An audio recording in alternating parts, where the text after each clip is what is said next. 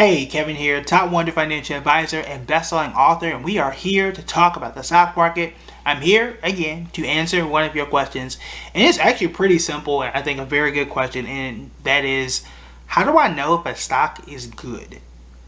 And that's a really excellent question because you might be holding something or considering to buy something. You're like, well, how do I know what's good? And the good question or the good part about that is if you don't know what's average, right, and you don't know what's normal, then you don't know what's good. And if you don't know what's good, you don't know if you should buy it or hold on to it or let it go. And I think that this kind of brings everything full circle. So earlier this week, we had talked a little bit about strategy and when to sell and the things that I use. But the way that I judge for the majority of stocks, and there is a caveat here, is based on what is the S&P 500 doing. So the S&P 500 is the 500 largest companies. This, when we say the index or the market, this is usually what we mean. And the way that I look at it is I can buy an index fund. This can be stock, ticker symbol SPY, or even, VOO, either one of those, they're essentially the same thing. I can take less risk and buy something like that. It's going to invest the money in the top 500 companies in the US. And I can sit back. That is actually the most reliable way to be a successful investor. It's boring, but it works. I do it. If I do it in my 401k, that's where the majority of the money is. You do that, you're going to get on average anywhere between 7 to 10% on average every year. That's not every year. That is an average of every year. Okay, so that's the bar. That if a company or a stock does not beat that mark, to me, I say that company is not good enough.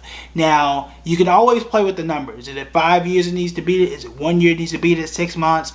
Blah, blah, blah. I like to use a year for something like this to consider whether or not a company is good, because I'm taking on more risk. If I say, look, I've got 500 companies here, I get to spread everything out, but I don't want that. I want to put all my money or a chunk of my money into one company. And if that one company can't beat the 500, I don't want it. Now, the only time I will even consider keeping a company that's underperformed the S&P 500 is if it pays a really, really good dividend. And it has to be still very close to the S&P 500 for me to even consider that. So, for example, let's say the S&P 500 makes 7%. I will take 5 with a good dividend. I'm not taking 3. I'm not taking 2%. I'm damn sure not taking a negative. I'm not going to take an L just because I got a dividend. So that's how I personally use it. What is the S&P 500 doing today? How can you figure that out? Really, really simple. So you can take your app, Public, Yahoo Finance, whatever it is you want to use. You can go type in SPY. That's going to give you the ETF that tracks the S&P 500. Hit 1 year, look at that number. So I'm actually going to do this right now and give you a really quick tutorial, if you will. So I'm on Public right now. Most of y'all are on it already.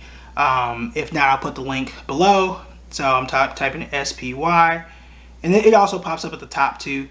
But it's just the way I do it personally. Type in SPY, hit 1Y, and right now the S&P 500 is up 35.6%.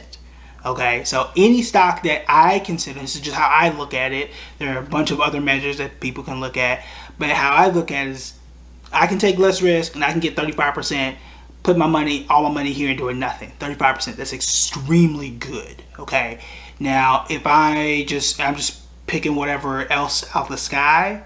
Let me look around. So Applied Materials is just the stock I have up on my computer, AMAT. Okay, type that in, and this company over the past 1 year is up 118%. So I would consider Applied Materials could be good. Now here's a catch. Past performance doesn't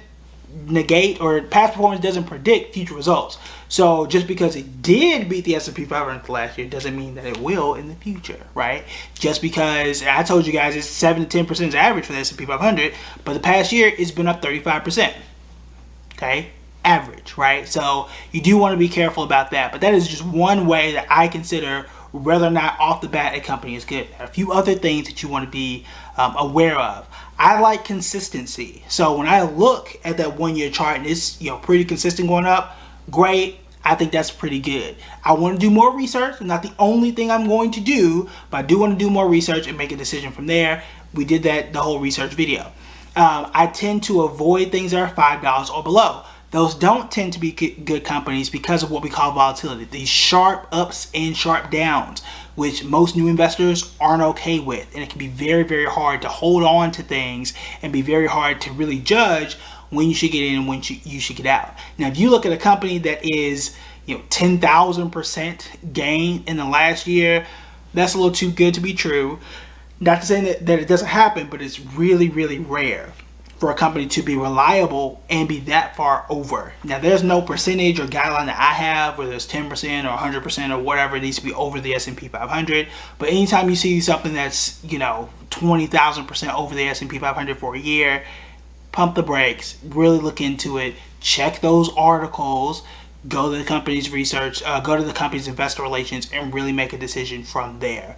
But that's my short and simple bar. People always asking me, after you wait 6 months, after you wait a year, how do you know whether or not you should sell it? I don't know. I'll go and see what the market did, right? Because I could have taken less risk and gotten more money. It makes no sense for me to put on more risk, put my money in one company or 5 companies when I could have had 500 that made more money than you, right? And by you, I mean like that one stock. So that's how I made the decision. People ask me, why did I sell Nike? And I was up 14%. Well, if the stock market by itself, the S&P 500 was up 35, why bet that Nike's going to do better when I could have gotten 20% more by taking a whole lot less risk? Okay, so that's how I do it. Again, I'm really big on simplicity. Okay, you don't have to be overly complicated to be a very good investor. So that's my way that I look at it. S&P 500 is the bar. If you can beat it, great. If you can't, just get the index and let it ride out. All right, that's it for me. Let me know what you think in the comments. Hit the subscribe button. 70% of y'all, almost 80% of y'all watch, but you don't subscribe. Let's hit 1,000 this week. Let's get 1,000. We're like 50 something odd off. All right, that's it for me. Talk to you guys later. Bye.